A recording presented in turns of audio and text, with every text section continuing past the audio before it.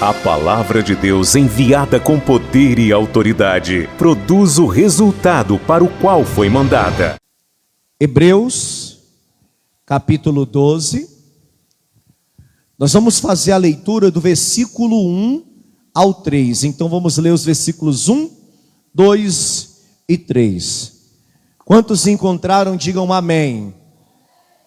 O texto de Hebreus, minha gente, diz assim, portanto, nós também, pois que estávamos rodeados de uma tão grande nuvem de testemunhas, deixemos todo embaraço e o pecado que tão de perto nos rodeia, e corramos com paciência a carreira que nos está proposta, olhando para Jesus, o autor e consumador da fé, o qual pelo gozo que lhe estava proposto, suportou a cruz, desprezando a afronta, e assentou-se à destra, do lado direito do trono de Deus. Considerai, pois, aquele que suportou tais contradições dos pecadores contra si mesmo, para que não enfraqueçais, desfalecendo em vossos ânimos. Quantos aqui creem nesta palavra? Diga glória a Deus. De cada um desses versículos, eu separei uma frase.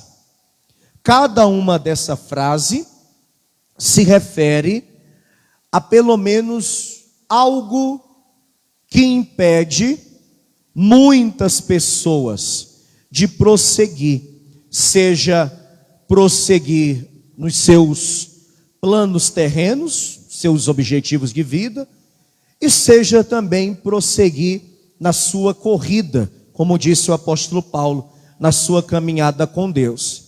Eu vou ler o texto que eu separei, e o que eu disser você repete após mim, tá bom? Um de cada versículo. Diga comigo: deixemos todo embaraço. Diga: deixemos todo fardo, olhando para Jesus, autor e consumador da fé, para que não enfraqueçais, desfalecendo em vossos ânimos. Você crê nessa palavra? Então curve a sua cabeça e feche os seus olhos. Senhor nosso Deus e Senhor nosso Pai, a tua palavra foi lida, ela vai ser pregada agora. Ninguém está aqui para ouvir o homem, todos nós queremos ouvir a tua voz, todos nós queremos ouvir o Senhor falar. Então, meu Pai, vai removendo as barreiras, vai quebrando os impedimentos, põe por terra os obstáculos, usa a minha vida, fala através de mim, envia a tua palavra com unção, com poder, com autoridade, e que a tua palavra, que é viva, poderosa e eficaz, vá e prospere para o qual ela for mandada, em nome de Jesus, amém e graças a Deus. Vamos aplaudir a palavra de Deus, que é digna de receber a honra, a glória e o louvor. Amém? Amém, igreja? Por favor, pode se sentar, escute com atenção a ministração da palavra, por favor. Minha gente, independente se a pessoa é cristã ou não, independente se ela é católica, se ela é evangélica, independente se ela crê em Deus, está dentro de uma igreja com certa frequência ou não, as pessoas, elas, na sua grande maioria, lógico, sempre têm metas, planos, objetivos. Porque eu particularmente entendo que nós somos movidos, e eu penso muito em relação a isso, a minha própria vida, nós somos movidos naquilo que nos estimula, nos objetivos que a gente traça. Eu acho que não dá para viver sem ter um motivo para viver. Eu acho que não dá para viver sem ter assim uma meta a seguir, um plano a conquistar. E depende muito de cada pessoa. Tem gente que a meta é comprar uma casa. E nos tempos que a gente vive hoje, comprar uma casa é um grande testemunho, é um grande milagre, é ou não é? Como da mesma forma um carro. Hoje um carro popular não está saindo por menos de 60 mil reais, popular.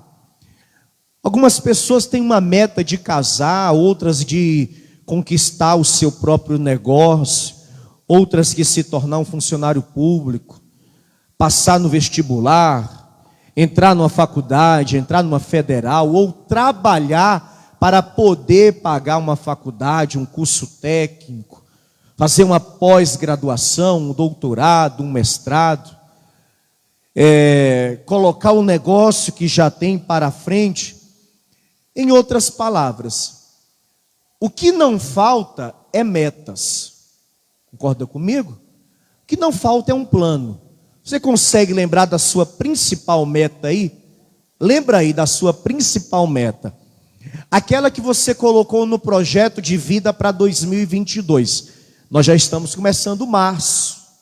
Já passou quantos meses, pessoal? 2 meses. Não parece, mas nós há pouco tempo estávamos aqui orando na virada do ano para que esse ano fosse um ano muito abençoado. E já se foram 2 meses e rapidinho vai chegar o meio do ano. E quando chegar o meio do ano, como de repente nós vamos estar em dezembro de novo. E aí a pergunta que fica é: e aquelas metas que a gente estabeleceu? E aquele plano, aquele objetivo, aquele projeto que a gente estabeleceu? A maioria das pessoas não somente fazem os planos, mas vão atrás dos planos. Ou seja, correm atrás. Eu vou perguntar, mas não precisa você falar alto, não precisa você fazer gesto. É só para te, digamos que estimular, só para ver mesmo se é isso que você está fazendo. Você está progredindo no plano, na meta que você estabeleceu? Você está conseguindo progredir? Porque eu mandei para todos os meus contatos aqui da igreja um logo da reunião de hoje, uma arte, e eu coloquei lá: o que te impede de prosseguir, né?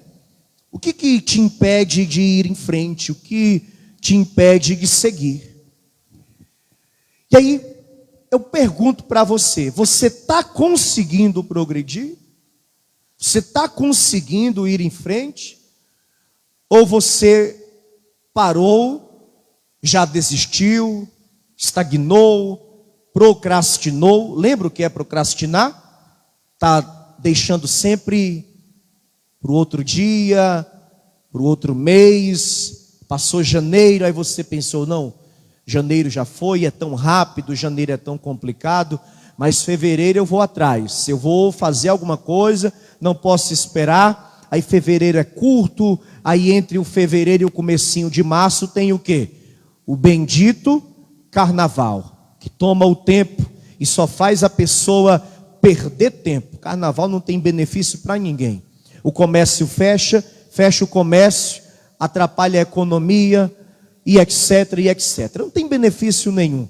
Só para quem é do mundo e que quer se divertir, e que quer passear, e que quer satisfazer o desejo da carne. Porque carnaval é isso, minha gente, é a festa da carne. O problema é que tem muito crente que acaba se deixando levar por esses dias de carnaval. Aí a pessoa pensa, poxa, mas é carnaval, aí é tudo muito complicado.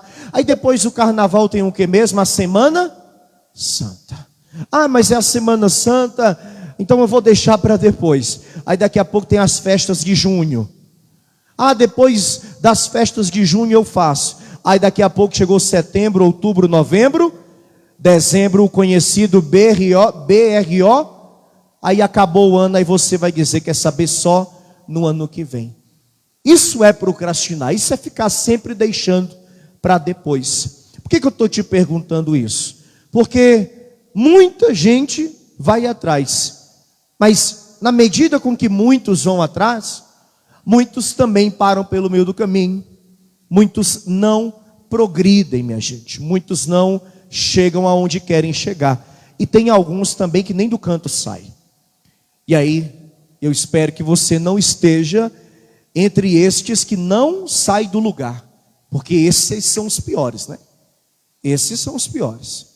Esses são aqueles que vão empurrando a vida com a barriga, e como diz a música do mundo, vai levando a vida do jeito que a vida, deixa a vida me levar, a vida leva, e a vida leva mesmo, para o fundo do poço, para o buraco.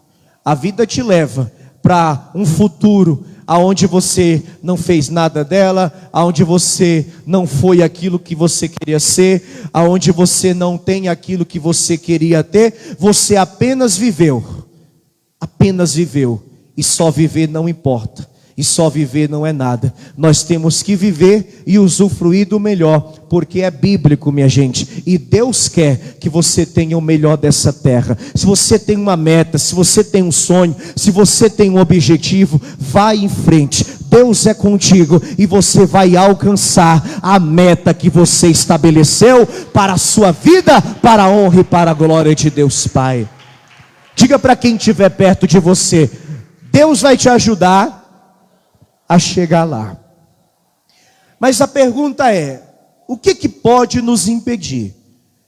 Do versículo 12, do versículo 1, eu separei, deixemos todo o embaraço.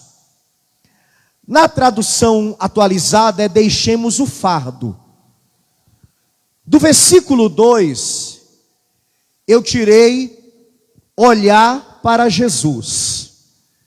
E o que significa olhar para Jesus? Diga comigo: não me distrair. E do versículo de número 3 eu tirei: para que não vos enfraqueçais, desfalecendo em vossos ânimos. E aqui eu digo para você: não perca a esperança. São três coisas. Existem muitas outras, amém, gente? Mas eu quero ficar nessas três, até porque eu prometi terminar a reunião cedo.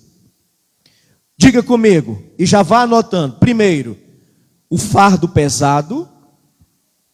O fardo pesado faz com que as pessoas não cheguem, não prossigam, não vão em frente. As distrações.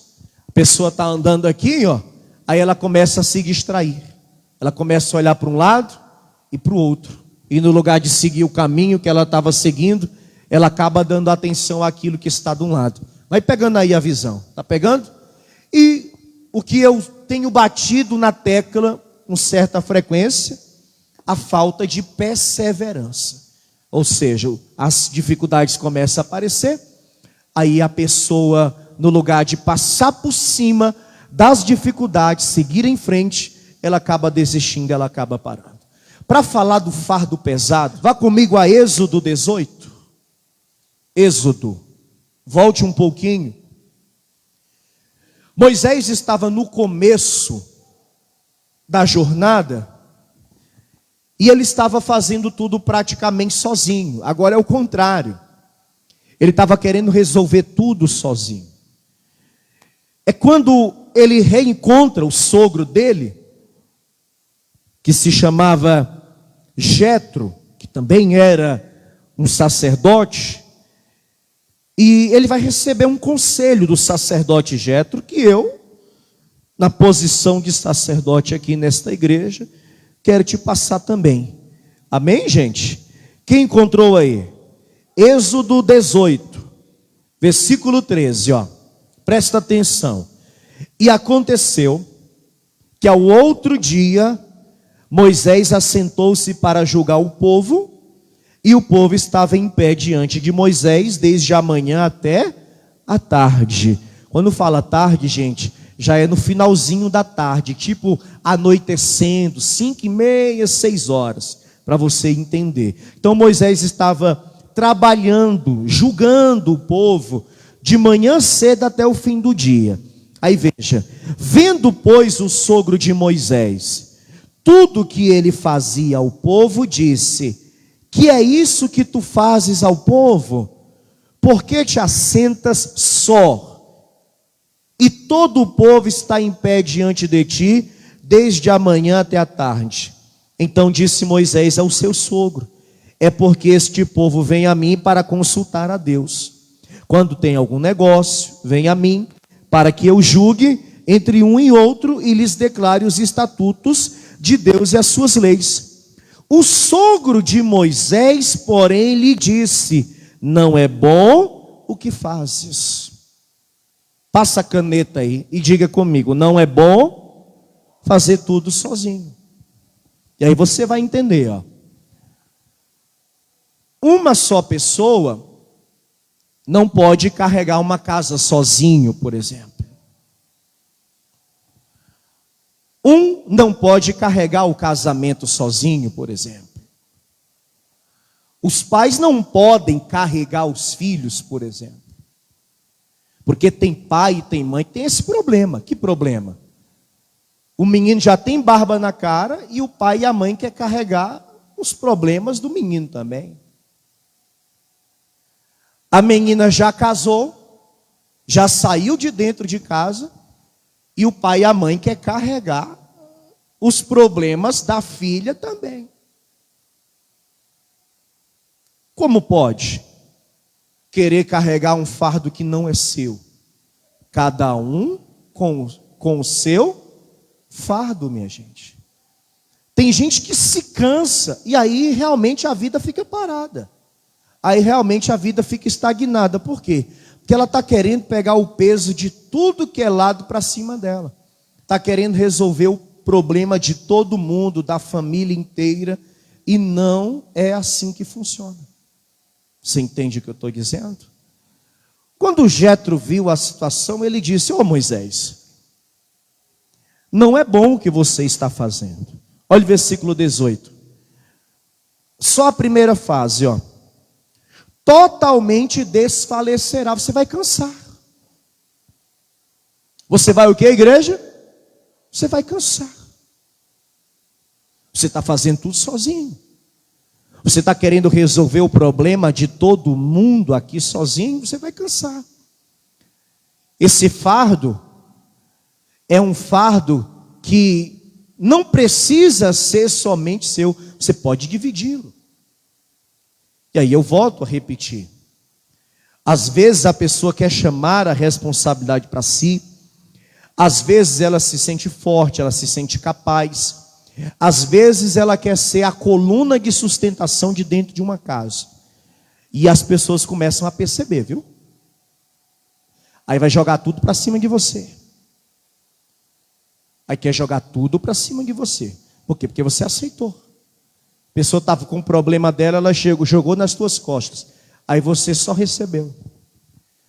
Aí aconteceu de novo, ela jogou em cima de ti. Aí você recebeu e ela pensou o quê? É só chegar lá e despejar que ela aguenta. Ela vai me ajudar, ela vai resolver para mim, ela vai fazer alguma coisa, ou seja, ela vai carregar esse peso que eu é que deveria carregar. E tem gente que não tem um pingo de consciência. Um pingo de consciência. E quando a família é grande, aí é que é mesmo, né? Mas aí tem gente que não, eu seguro, pode jogar que eu seguro. Aí começa a carregar. Aí ela está indo em frente, porque a visão da mensagem hoje é prosseguir. É prosseguir. Aí ela está indo em frente. Aí ela está indo em frente. Daqui a pouco vai cansar. Uma hora, cansa. Aí é duas coisas. Ela deixa de seguir rumo ao objetivo de vida dela. E também, às vezes, até ela deixa de estar firmemente na presença de Deus, como muita gente já fez. O que foi que o Jétro falou para o Moisés, para resumir? Ele mandou Moisés escolher homens capazes. Você tem que preparar homens que possam te ajudar, homens que tenham a capacidade de julgar entre 1000, entre 100, entre 50, entre 10, ou seja, vai olhando, vai levantando dentro da capacidade de cada um, vai dividindo. Você precisa de pessoas para te ajudar. A esposa tem que chegar para o marido para a esposa e dizer: olha, esse casamento eu não posso carregar ele sozinho, nós temos que dividir o peso desse casamento. Todo casamento é pesado, minha gente, não tem esse casamento que não é. E se ficar só nas costas de um, quando esse cansar, esquece. Quando esse cansar, esquece. Aí não tem mais choro e nem vela. Não adianta nem querer, o que foi que aconteceu? Simplesmente estava gigante o peso. A pessoa carregou aonde deu e ela cansou. E aí é as duas coisas. Ou ela quis carregar sozinha, ou ela não teve a ousadia, a coragem, a determinação para chamar o outro para carregar junto. Porque às vezes a pessoa precisa de um puxão de orelha para ela entender que ela faz parte daquela instituição, porque o casamento, assim como a família, é uma instituição. Antes de ter uma família, tem que ter um casal, sim ou não? E aí às vezes a pessoa, ela não entendeu que tem que dividir, né? Que tem que dividir ali o peso. A família é do mesmo jeito, minha gente. Família do mesmo jeito. Não somente a mãe, não somente o pai. Casou, meu filho, agora é você que se resolva lá. Pastor, mas eu posso apoiar, eu posso ajudar. Justamente, mas carregar o peso e as dificuldades não. Porque uma hora o pai e a mãe não vai estar mais. Porque, meu amigo, tudo aquilo que pesa, um dia a pessoa cansa. Pastor, e se não tiver ninguém para dividir? Aí você não conhece a palavra, né? Com quem é que você pode dividir?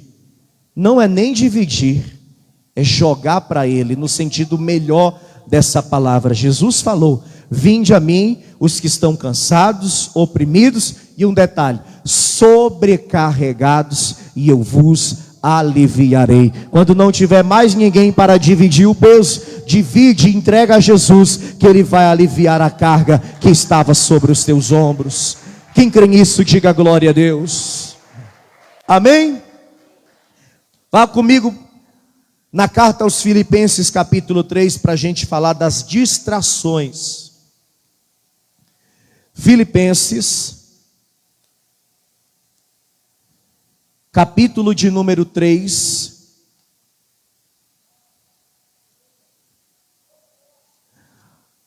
Olha o que vai dizer aqui a palavra de Deus, a partir do versículo de número 12. Você não pode se distrair, hein? Você tem que seguir firme, reto, rumo ao destino que você está em busca para a sua vida e principalmente para com Deus. Filipenses 3, versículo 12, quem encontrou, diga eu. Paulo falando, tá? Não que já a tenha alcançado, ou que seja perfeito, mas prossigo para alcançar aquilo para o que foi também preso por Cristo Jesus. Irmãos, quanto a mim, não julgo que o haja alcançado, mas uma coisa faço, é que esquecendo-me das coisas que atrás ficam, e avançando para as que estão diante de mim, leia comigo, vamos lá, diga: prossigo para o alvo.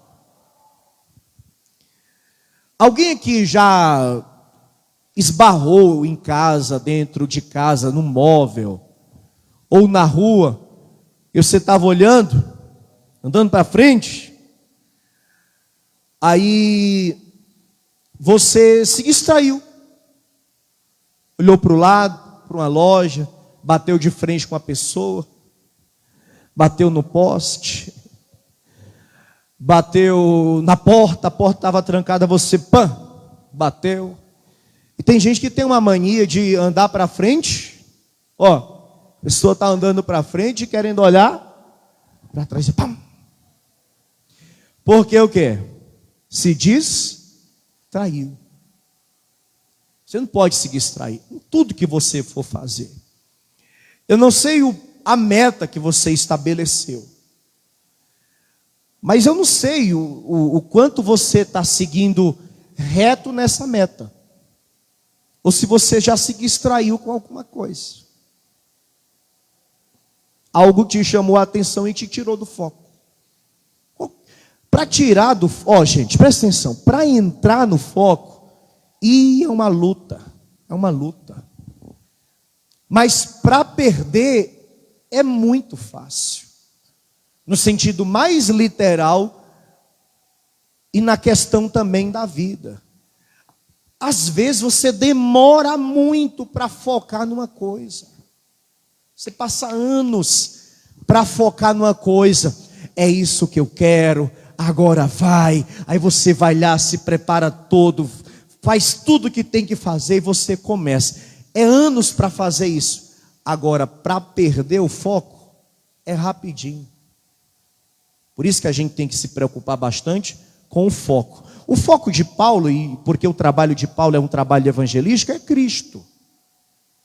Depois que Paulo se converteu, o trabalho de Paulo era pregar, minha gente.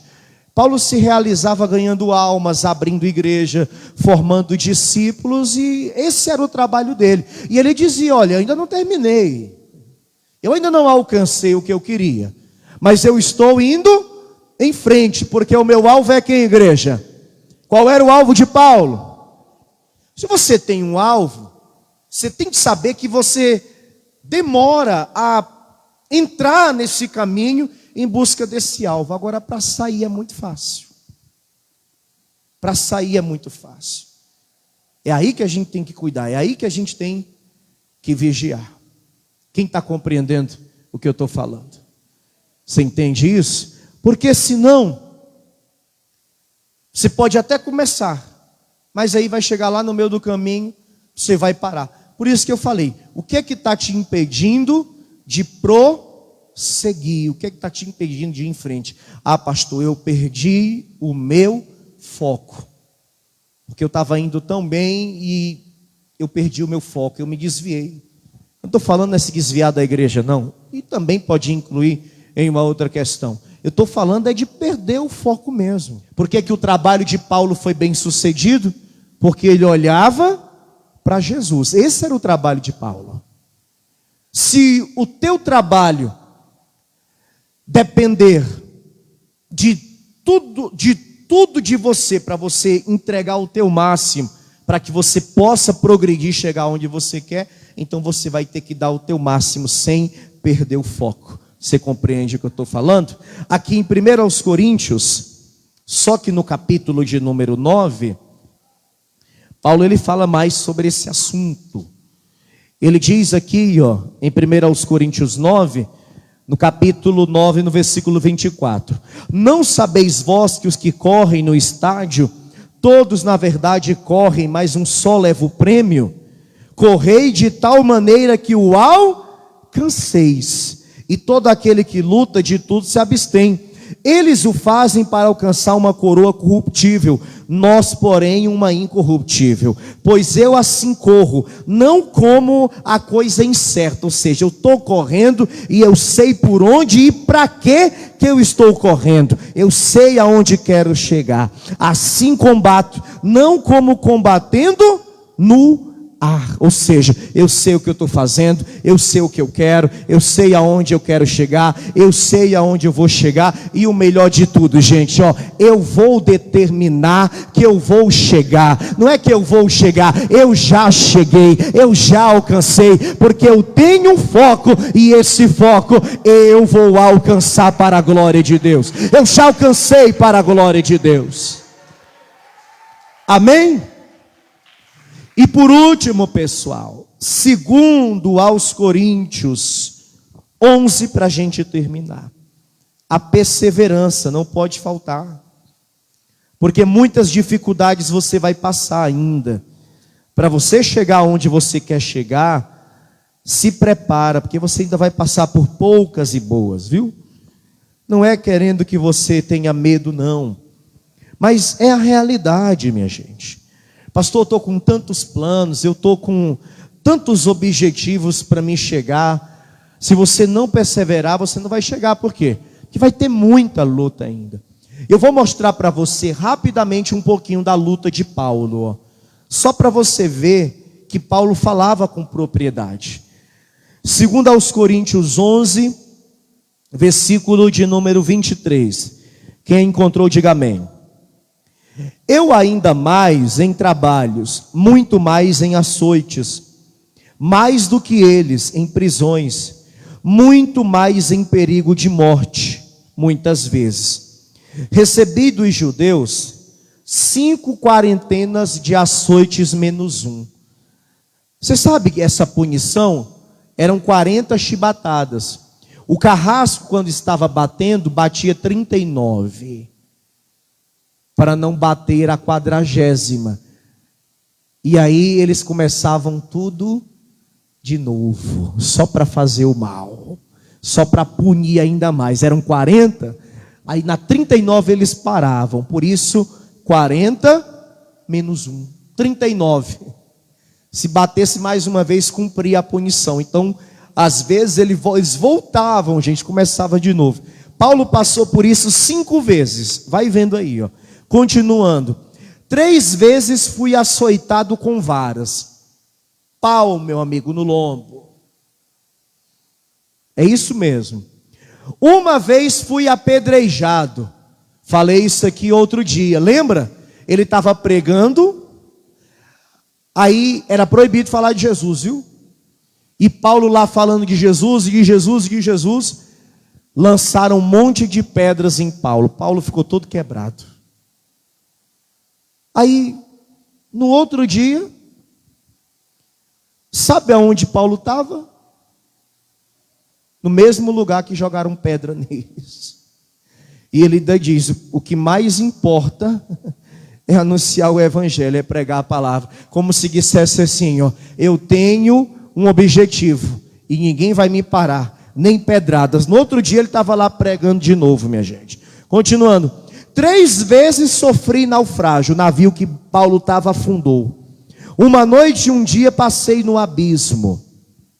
Em viagens, muitas vezes, em perigos de rios, em perigos de salteadores, ladrões, em perigos dos da minha nação, em perigos dos gentios, em perigos na cidade, em perigos no deserto, em perigos no mar, em perigos entre os falsos irmãos, em trabalhos e fadiga, em vigílias muitas vezes, fome, sede, jejum muitas vezes, frio e nudez.